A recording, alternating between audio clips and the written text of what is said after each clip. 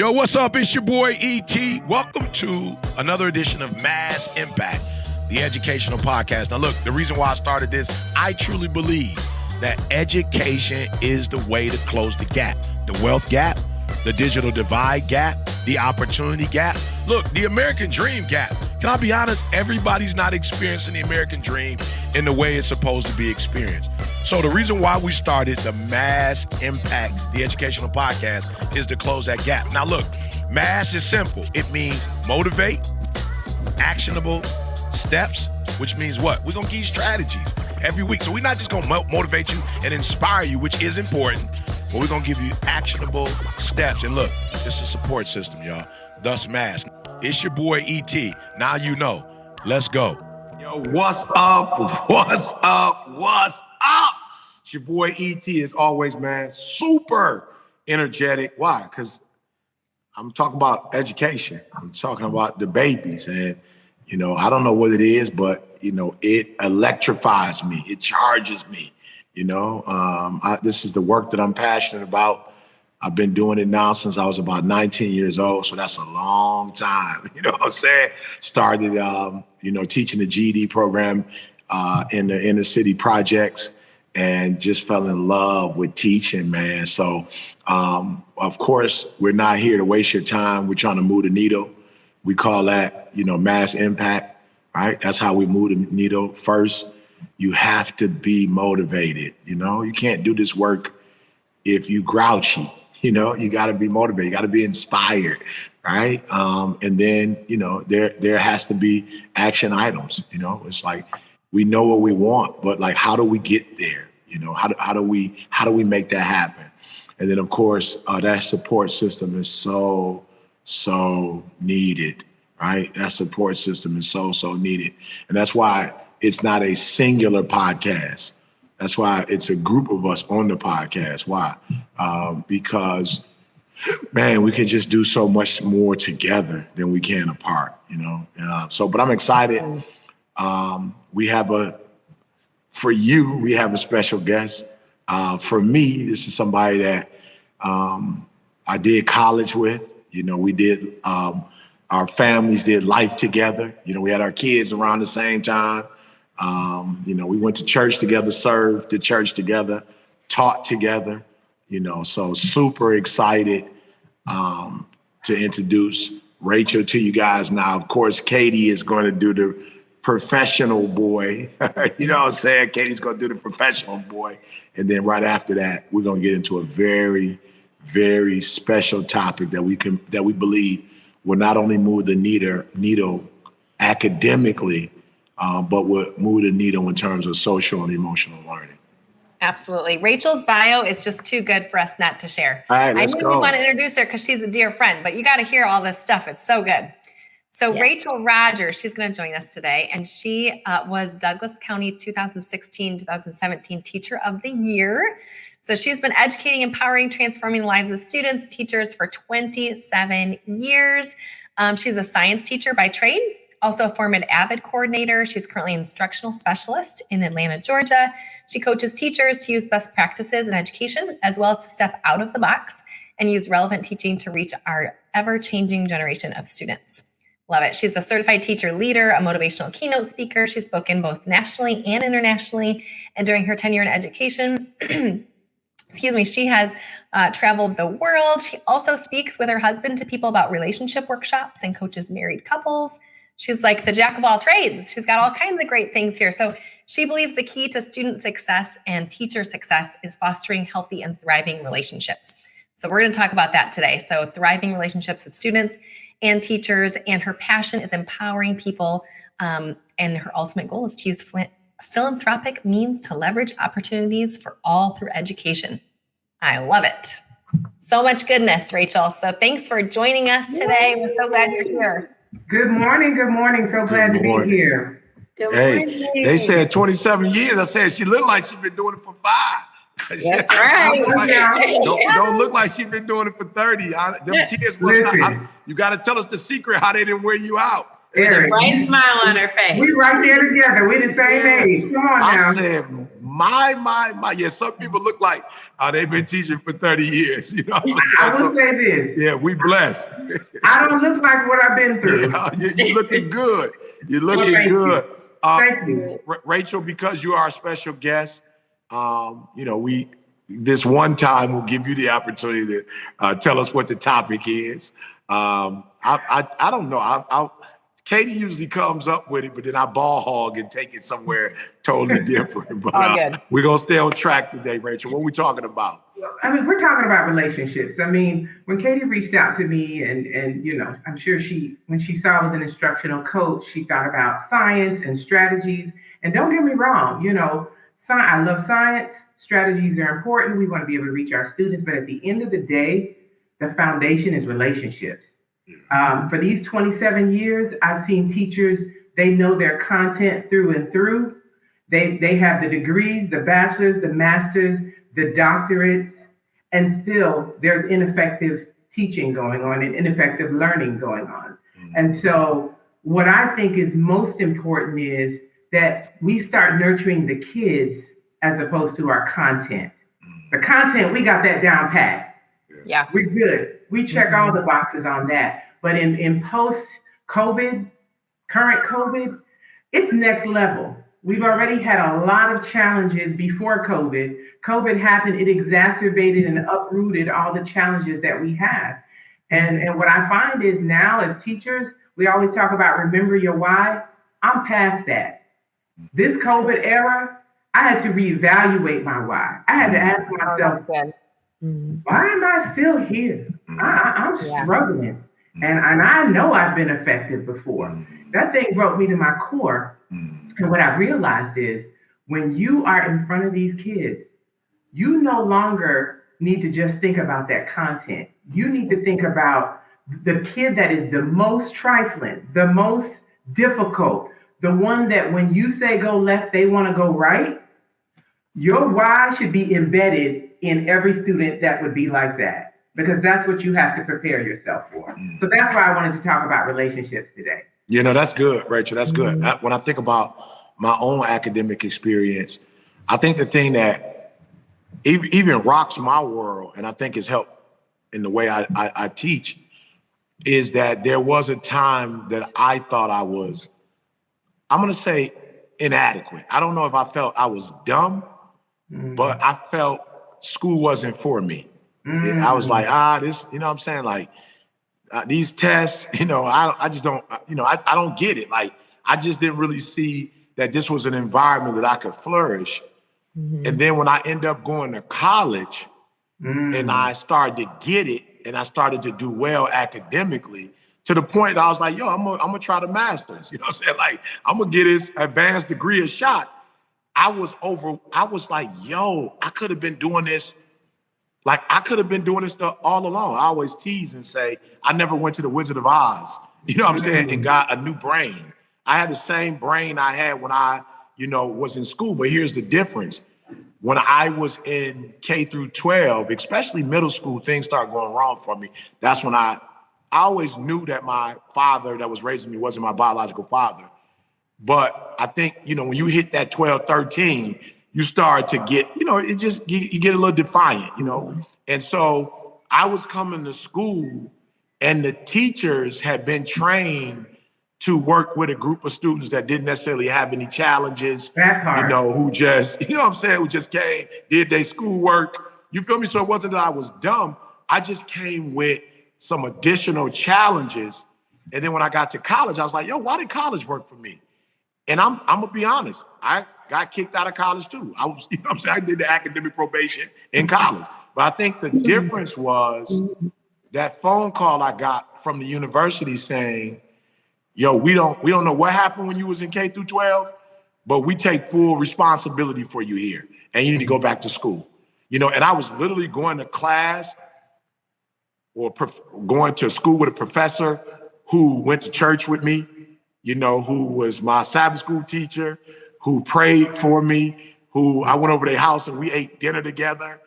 And so it was different. Like, I was the same Eric Thomas as a student, but now I was with teachers who literally cared and who knew me and they weren't going to allow me not to do school. And so when you say that, Rachel, I'm like, yo, that's dope, because that's what happened. I literally went from being a number K through 12 to being at Oakwood and being considered a person, like beyond my academics. They were like, yo, we don't even care about school, but we know what you do for a living. There's no way possible you're gonna be able to be successful without taking school serious. And they convinced me to go back and really, go full circle. So I totally understand what you mean. It's so deep that you say that, because when I heard you talking about when you were in your younger grades, it was like you were waiting for somebody to see you. Yeah. Like understand you, understand where you come from.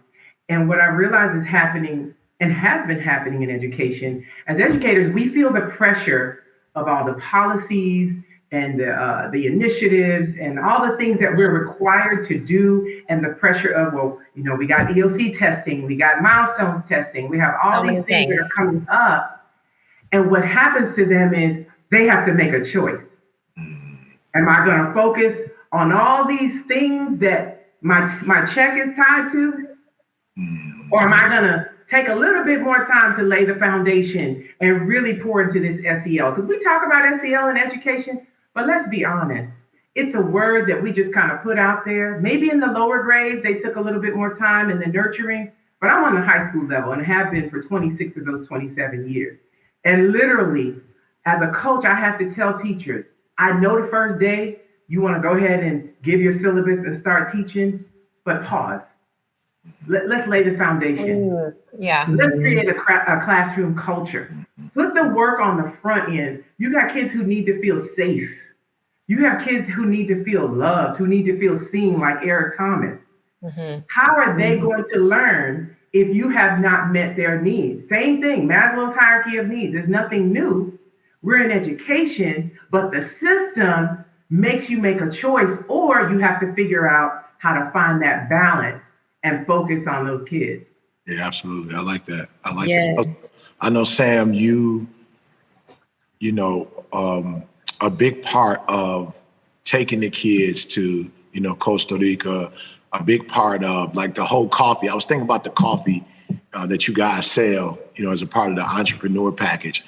I was just like, yo, that's dope. Not even raising money. Like, okay, I'm sure, you guys raise money, but I was just like, wow, these kids are literally getting an opportunity to go to a store that's like considered a reputable store here in Michigan.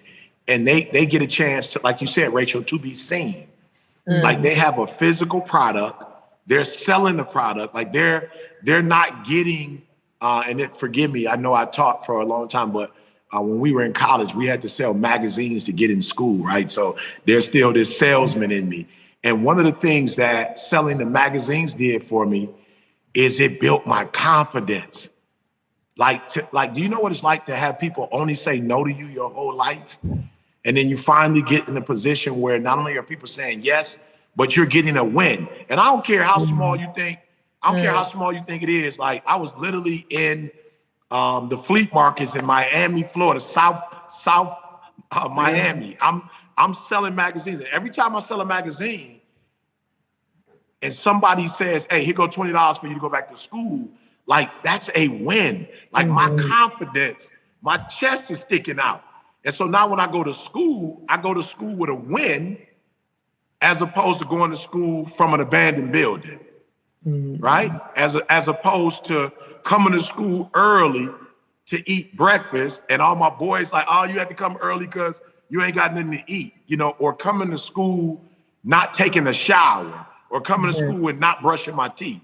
And now all my boys joking on me. I went to urban school, like joking is what I'm saying? Like people get their stripes on joking on you. And so there's the person who jokes and get their stripes, and there's the person that got joked on.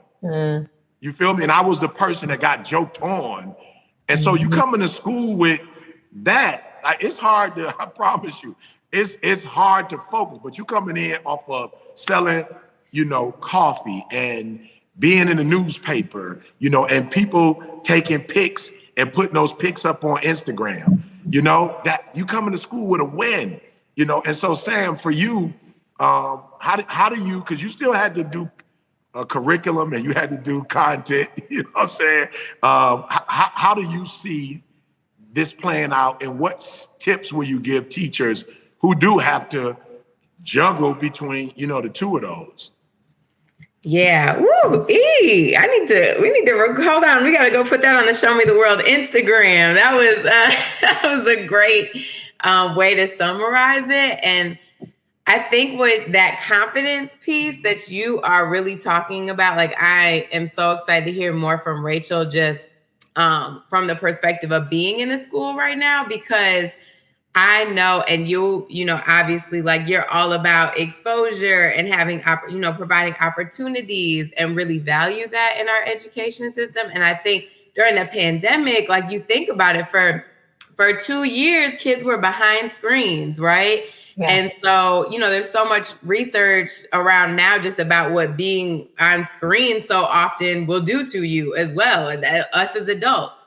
And so I think that that it is really key. I think one of the shifts that we're making pre-pandemic, and I know we're still in the pandemic, but this time period right now, is how do we turn, like, a lot of these into experiences, and not so much, like, we still had the balance in that curriculum of, like, we're going to do this in the classroom, but we're also going to go out to the farmers markets and the grocery stores and sell. But, like, how can we instill even more experiences and exposure within it? Because that was eliminated from kids' experiences no matter what for at least 1.5 years or 2 years. Mm-hmm. And so I think there is that balance. And I think with being side by side in an experience, like Rachel spoke about, like, there is relationship building there. When we are doing something together, when we are doing something new, there is going to be automatic relationship. I mean, you still, as an adult, like, show interest in the students, ask questions, like,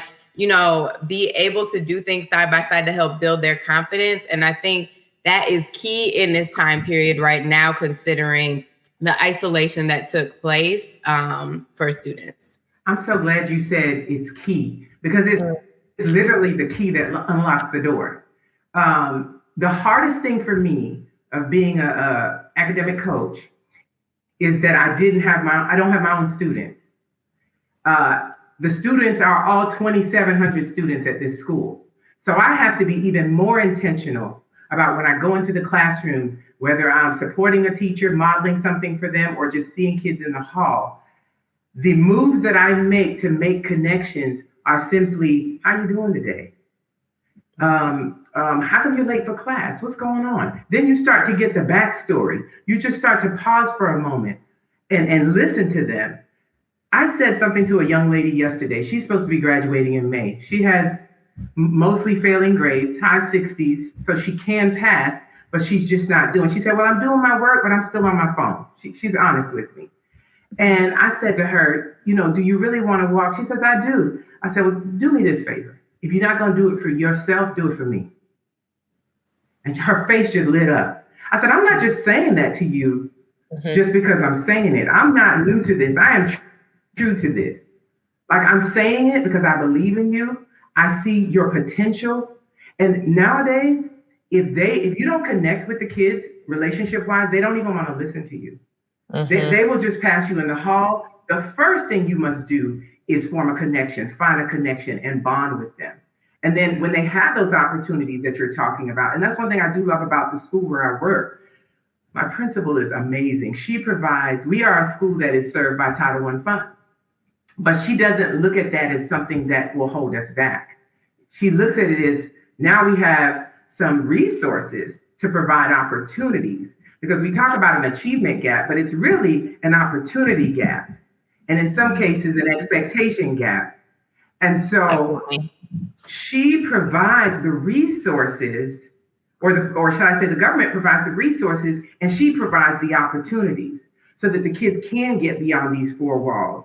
They can get beyond this main street that they live on, and they're able to have other experiences and realize, like, wow, I can see myself outside of here, just like Eric did. Eric made it to college. That's amazing. We serve a population, after they graduate, they're going to be working full-time with their parents in the field, or working on building houses, or they're working now, or they have to stay at home and take care of their siblings. So their teachers have to work with them and not stick to the rule of, oh, well, because you're absent, you can't make up the work. No, if you're willing to do this work, you haven't been here for 2 weeks, but I send you digital work and you get it done and you come back to take the test, then I'm going to do that. Those are the types of opportunities that our students need. Those are the type of relationships that have to be formed in 2023. And you know what, Rachel? I want to challenge the teachers. You know, you use the word value, right? And I want to challenge the teachers, you know, because number one, you have to be honest with yourself, right? I've discovered that a part of, you know, being emotionally and mentally healthy is just being real. I just got to be honest with myself. And one of the things I had to be honest about after COVID, post-COVID was, yo, I'm not feeling people the way I was feeling people before. Like, I don't know what happened. You know what I'm saying? But I had to be honest, like, yo, I was away. Like, you got to imagine, I'm talking to 5,000 people, 10,000 people. I'm shaking all these people's hands. I'm preaching to, you know, hundreds of people, you know, and I went 18 months, like, in a church preaching by myself. It was just me and Jamie. That's it. Sometimes Carl, you know, but it was me and Jamie for a long time. And then maybe his daughter. You're talking about 3 people in a church. So I actually, when church got started again, my wife was like, you know, something seemed wrong with you. I'm like, ain't nothing wrong with me. I've been by myself for 18 months. That's a long time. Amazing. We've established a culture in 18 months. I'm not used to people taking my energy. I'm not used to a bunch of questions. I'm not used to people's opinions. I'm not used to that. It's like we come in and we decide, the 2 of us, what's going to happen, whatever. So I'm not used to being around people like I used to. And I had to be honest with myself and say, hey, you human. You're not used to being around people no more. You're not feeling people like that no more. Man, I promise you, questions would aggravate. I'm like, yo, why are you asking me all these questions? Like, yo, I just got aggravated by questions. I'm like, yo, why do you need me? If you could do it, go do it by yourself. Like, why do you need me? Because I was so used to being by myself. I wrote a book during COVID. You know what I'm saying? Like, I was getting up every day writing with my writing coach. It was just me and Dee Dee. My kids are grown, so I wasn't even with my kids. So I had to be honest with myself. I was like, yo, E, you're gonna have to do something. You have to be very intentional and deliberate about getting back in the habit of being around people, having people in your space. And I think a lot of us just jump back into it like, oh, we back. We not. We not back. Like, you lost something in those 18 months, or you lost something in that year. Whatever time frame you spent alone, you lost some of your, you know, you lost your that cutting edge. You lost it. You like, the tool is dull, period. Because we've been on, and I had to acknowledge that. And so I'm just saying to teachers, if you could just do me 3 things. Number 1, be honest about, I don't like these kids no more. You feel what I'm saying? Like, I don't like these teachers no more. Like, whatever it is that when you came back in the environment that you weren't feeling, just be real about it. Like, I'm not feeling. Why? Because you can't change what you lying to yourself about. Number 2, Rachel said value.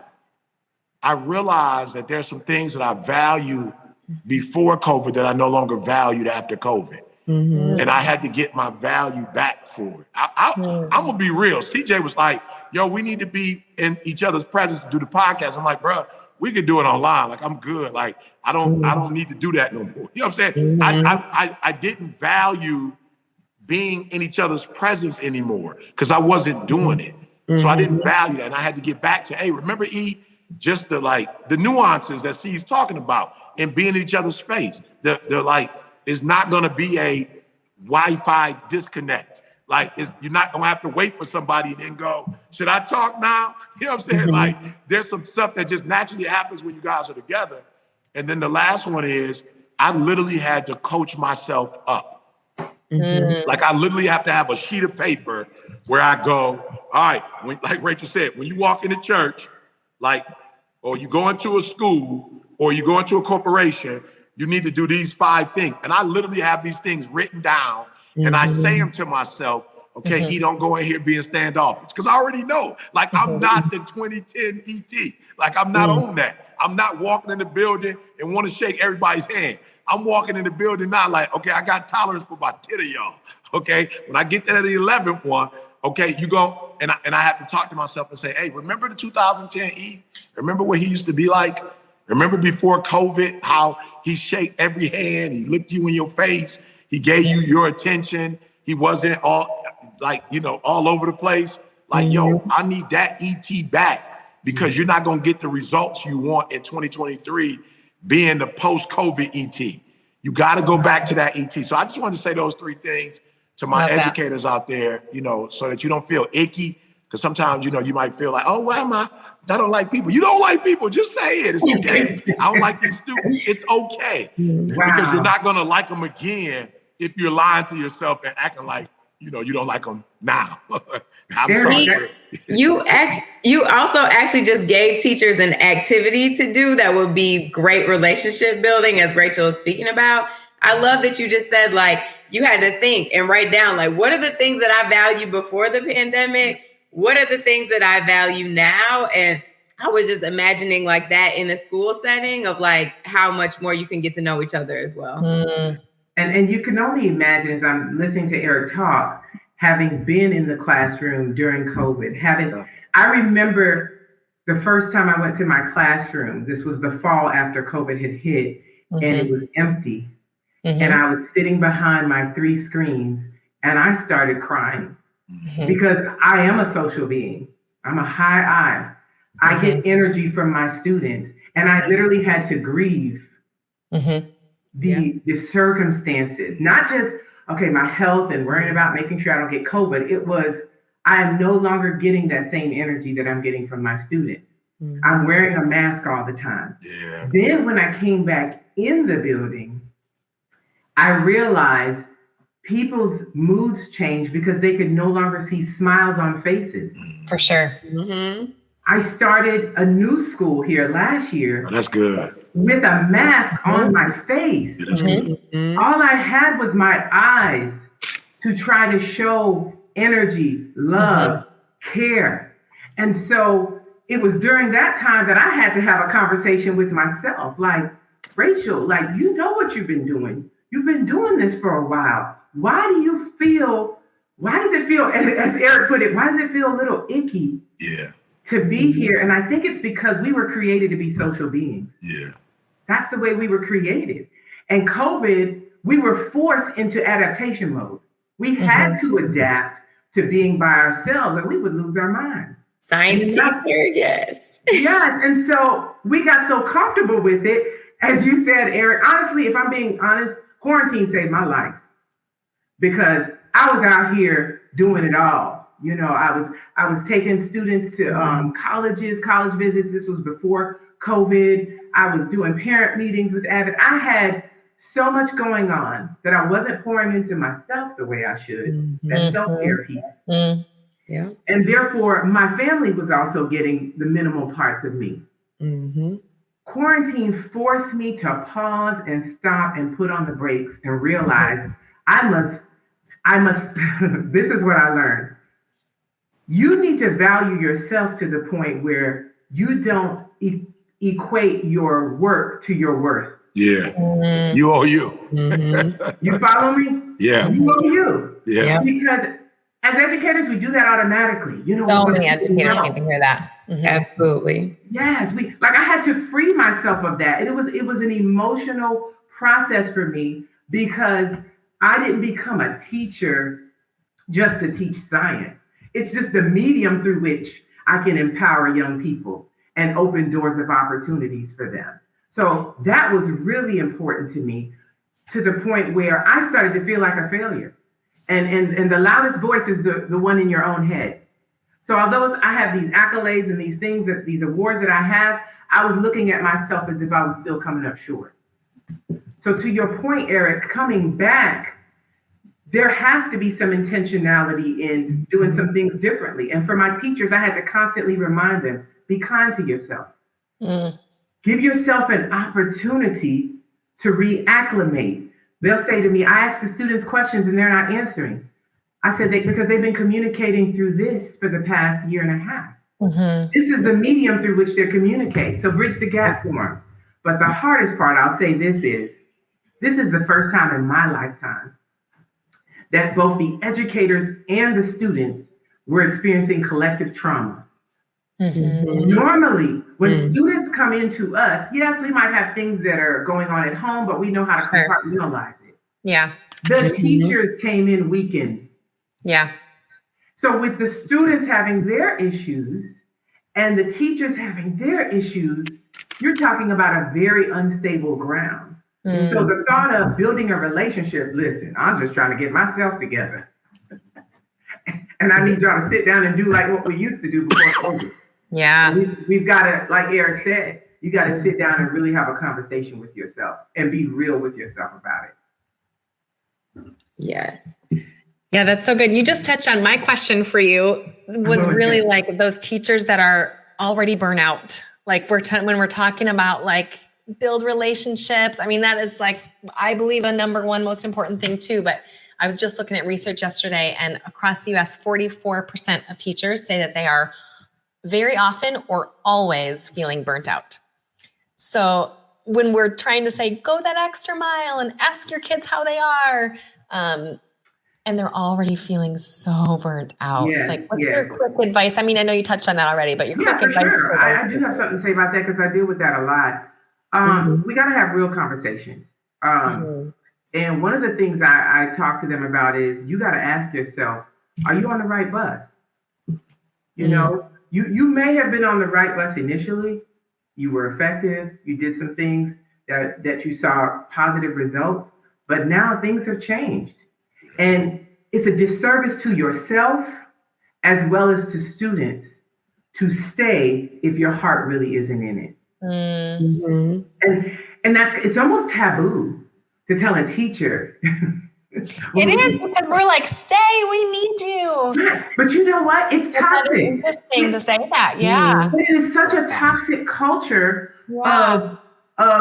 there's something on my Instagram, a video that I did that talked about the toxic culture of good work. Because we're doing good work, we kind of justify, not treating ourselves right and staying in situations longer than we need to stay them in. I know countless teachers, they don't even go to the doctor till the summer because God forbid I take a day off. Oh yeah, I did that for sure. God forbid I go get this surgery now because my students need to be prepared for this test. And I know it's taboo, but we have to be real about this. So when I had that conversation, yes, I asked them, are you on the right bus? And based on what you now know about the current condition of education, are you willing to make the pivots necessary to carry this through? What that means is, as you look at your classroom, it's not perfect. You don't have Johnny and Sarah and Sally all sitting down waiting for you to teach. Are you willing to scratch those meticulous lesson plans and say, let me get real? Let me figure out how am I going to reach these kids? Because that's what's important to me. I don't teach science, I teach kids. Yes. That's good. So that's really, and of course, I'm big time motivator.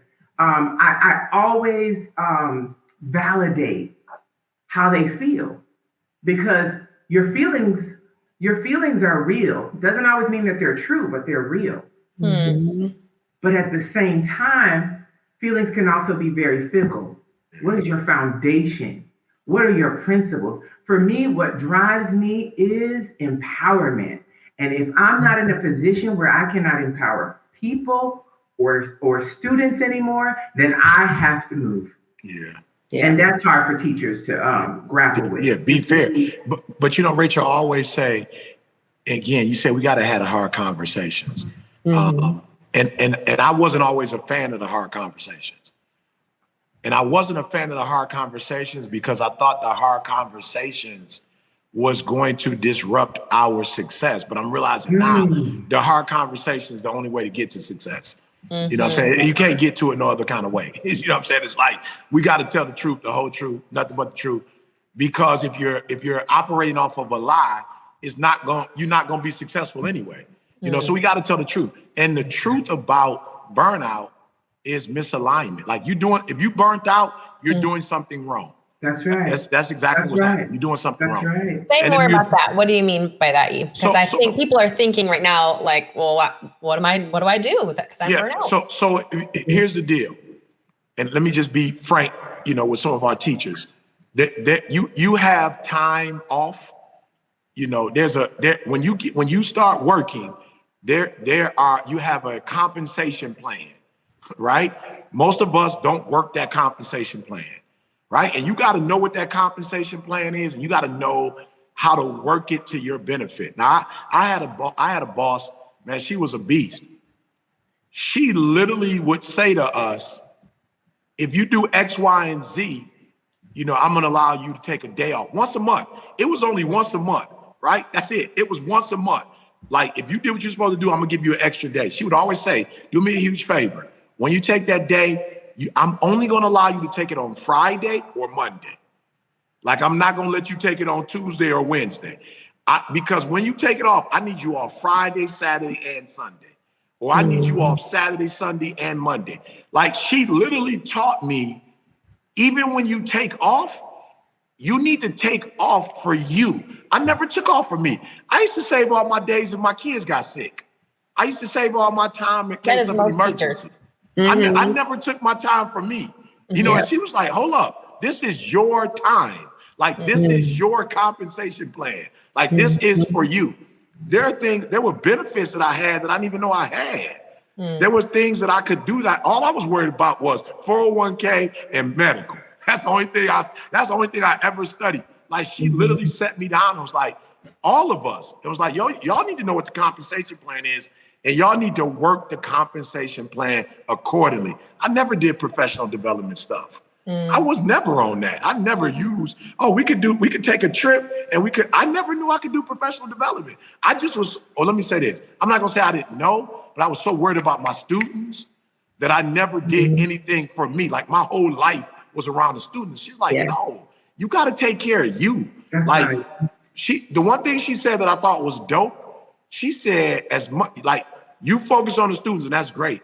But she was like, 90% of these kids ain't even gonna be here in 4 years. Or a large portion of them ain't gonna be here next year.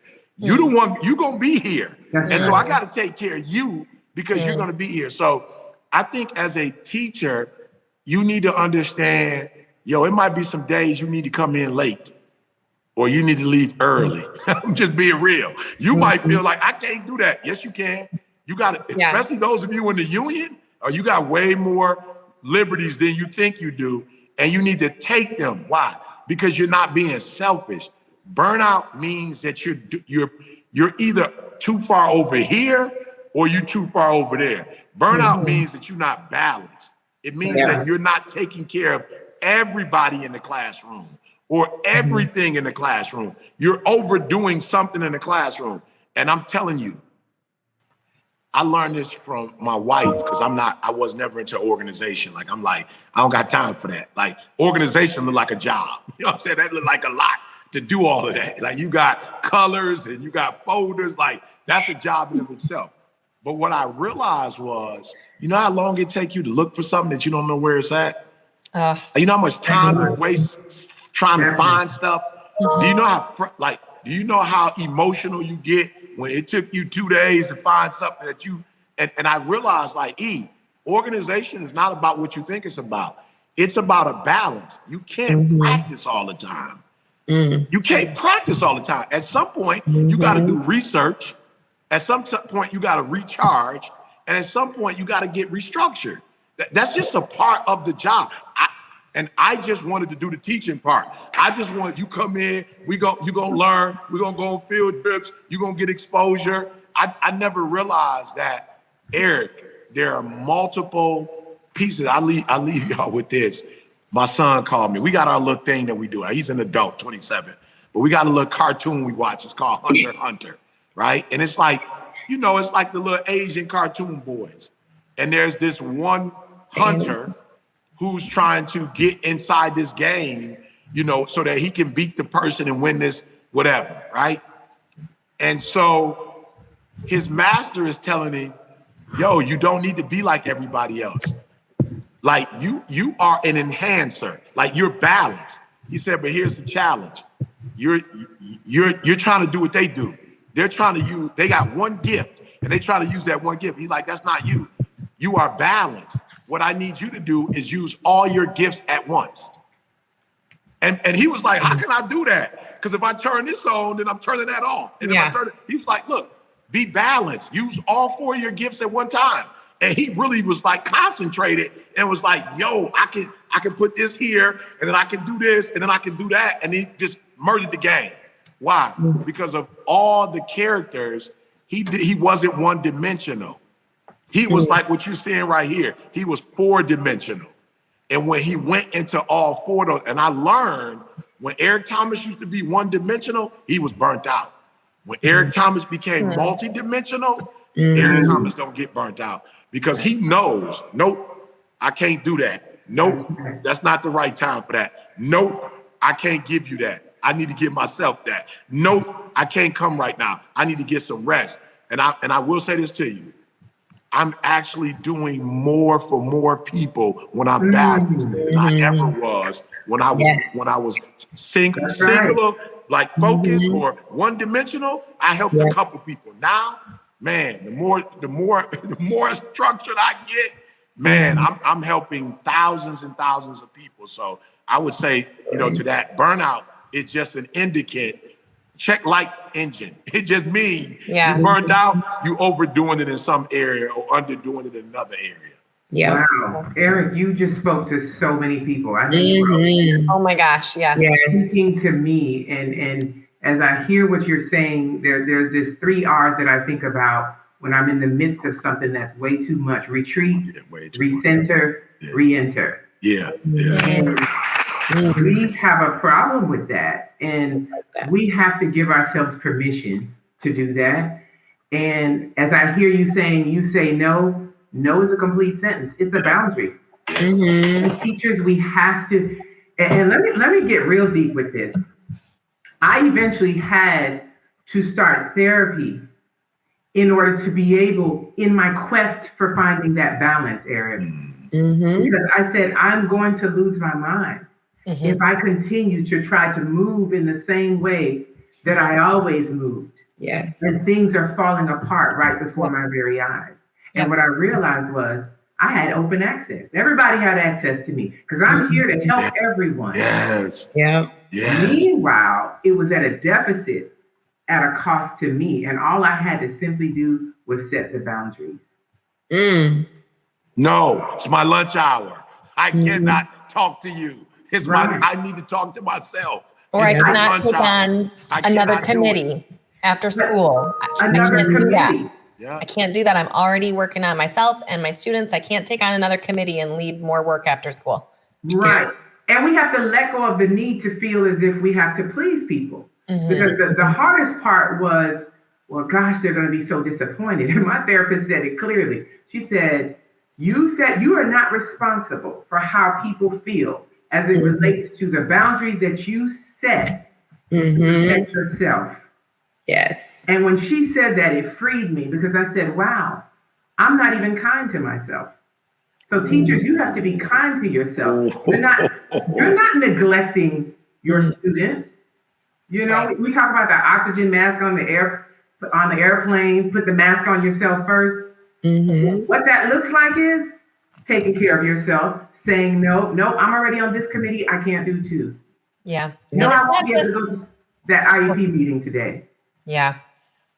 I was just going to say, you're saying like, we don't want to not please our like admin or people that are asking us for things, but also I think teachers struggle with their students need them. Yeah. And so I just was talking to a teacher the other day and I had told her she's feeling super burnt out. And I said, at the end of the day, you have to pause and say like, they might be okay without you. You're fabulous, but you're not like the whole world that's going to save them. Yeah, you're not God. Yeah. Like if you step away, there's going to be other people that might step in. Like it can't all be on you. So we can't not just be afraid to not please our admin, but also we have to not feel the guilt on our shoulders. Like, kids need me. I have to do everything for them. We have to change the narrative. Yeah. which is thinking we have to be all things for them. But yes, you are doing something for them when you're doing what's best for yourself. That's it. Can't pour from an empty cup. Hey, I would say this too. I hope I didn't interrupt you, Sam. I want to say this too. How is it that we know what's in our bank account and we balance our bank account, but we don't know where, like in our personal emotional account? Come on. You know, like she just said, be kind to yourself. I would say you can't be kind to yourself because you don't even know what you are, what's too much for you. Like you don't even know, like you don't even have your own measurement, you know. And for me, I have a measurement. That measurement is, yo, don't call me before 7 a.m., right? I'm going to be doing my God thing. And I'm doing it because I need to get pumped up. I need to get ready to talk to you. I need to fill my own tank before I talk. By 7 o'clock, I'm ready to rock and roll. Let's go. You know, there have been some things that of late, you know, I used to be like the 8 o'clock in the morning dude, you know, and Didi was like, and I didn't even recognize this, but she was like, yo, we have worship, but every time you have to do something, it's like that precedes worship. Like worship is important, but if it's like you got a gig or something, like we stopped having worship. I didn't even know that, Rachel. Like I wasn't even paying attention. I just knew, all right, I'm needed here, I'm needed there, I'm needed there. You know, and it was like, oh no, worship should be a priority. So it's like, oh, I just had to make a couple phone calls like, hey, and it might not even be like this.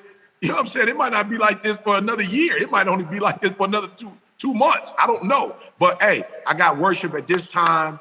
We locking this time in right now. You know what I'm saying? But I promise you, at this time, Didi gonna be at work.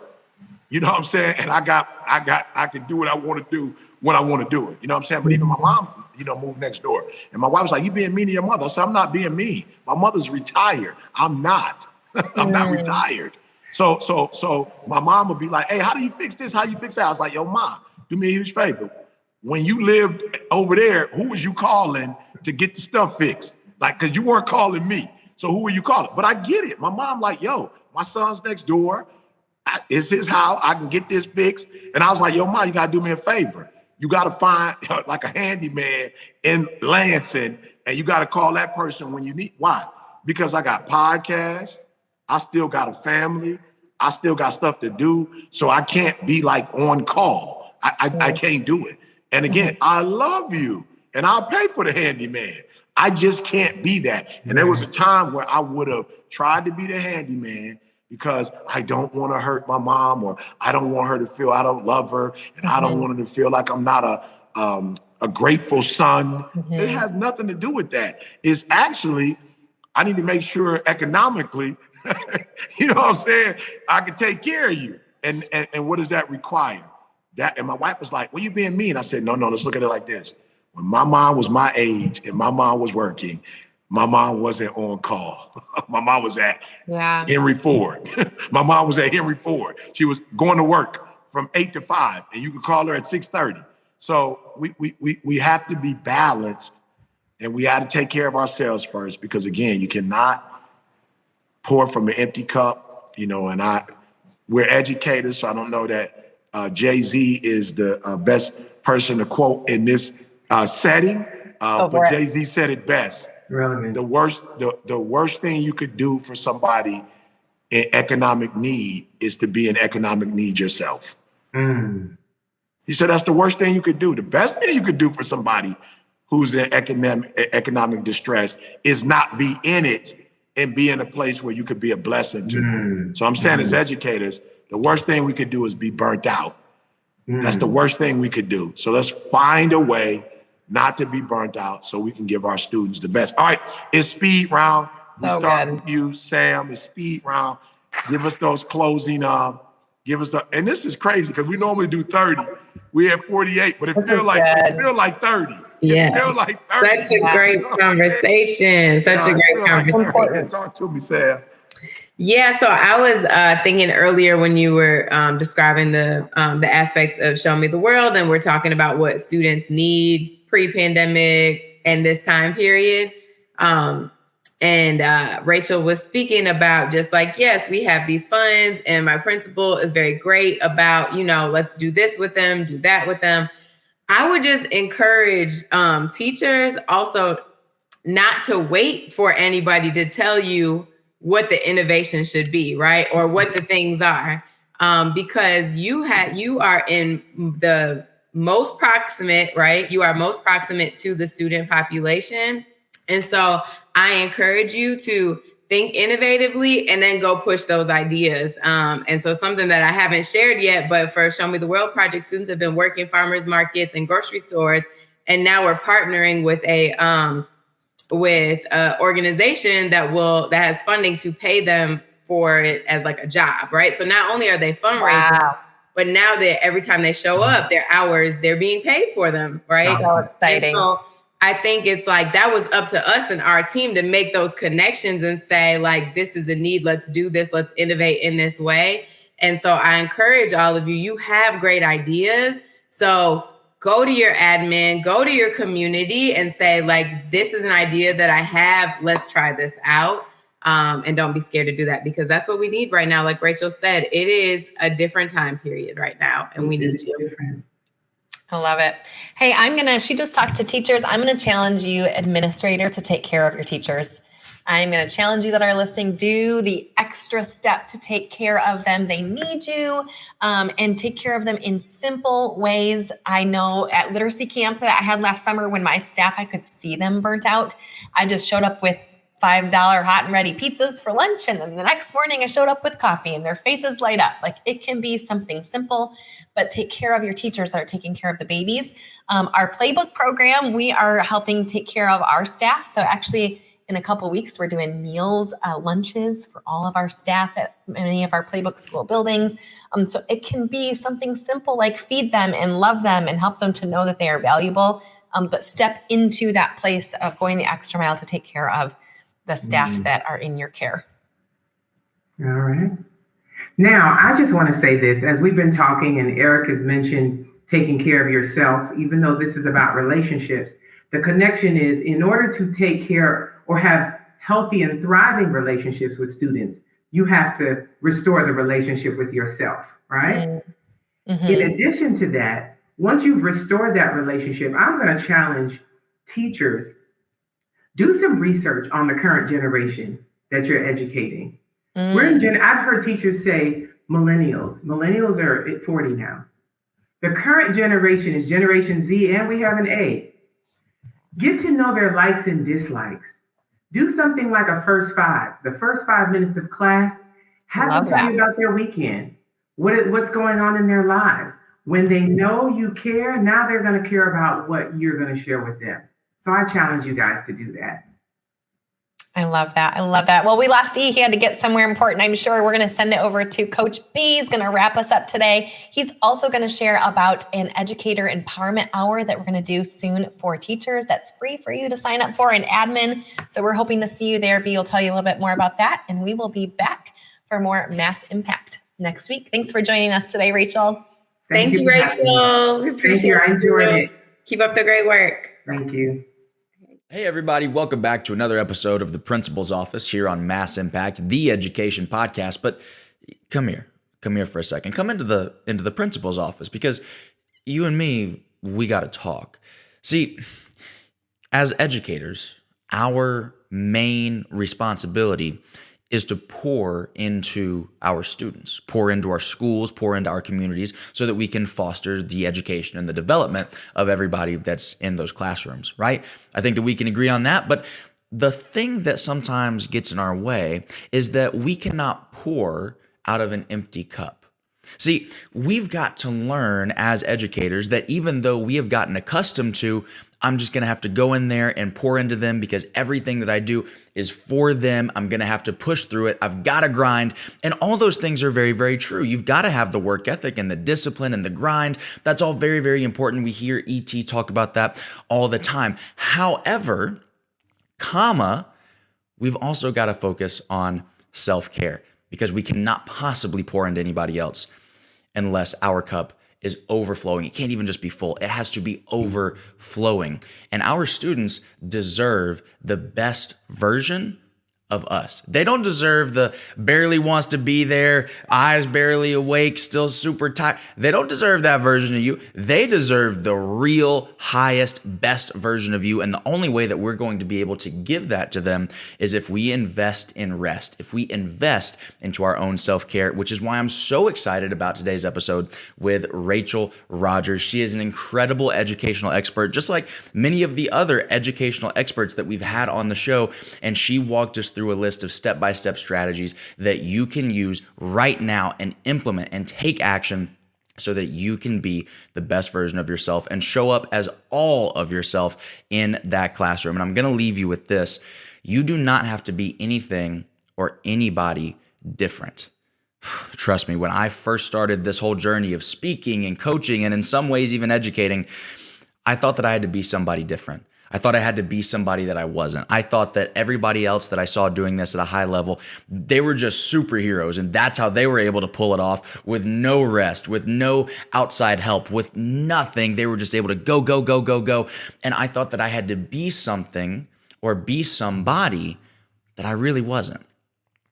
What I finally realized is that when I pour back into me, it allows me to show up fully, authentically, genuinely as everything that I already am. You don't have to be different, but you do have to be all of who you really are. And in order to show up that way, I'm going to need you to care about you. Matter of fact, I'm going to need you to care about you the same way that you care about those kids. Because when you help yourself, you're able to help the kids 10 times over. Thank you so much for watching this episode of Mass Impact, the Education Podcast, and we'll see you